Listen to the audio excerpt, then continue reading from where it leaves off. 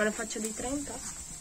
No, falla andare. Facciamo vedere come si cucina, ma così lo fanno tutti a casa. Questa è una pettanza che piace ai bimbi e anche ai grandi.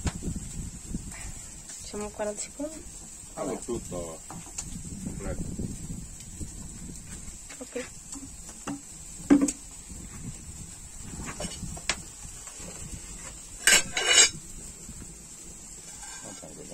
Un pecchino così pronto, lo lasciamo qua al caldo, poi lo tagliamo.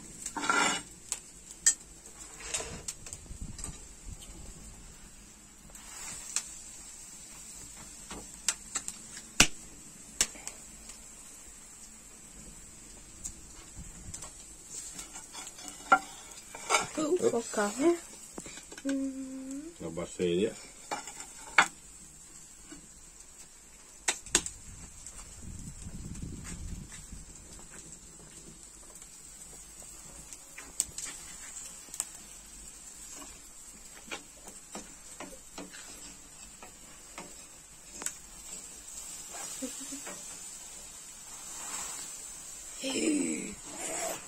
Tutto sbrodolando.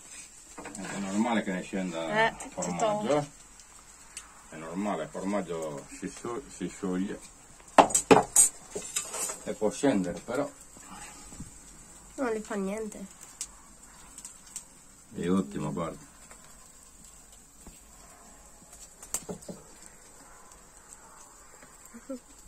Un minuto. Sì. Vai, fallo andare, poi lo tagliamo e gli facciamo vedere il risultato finale del panello.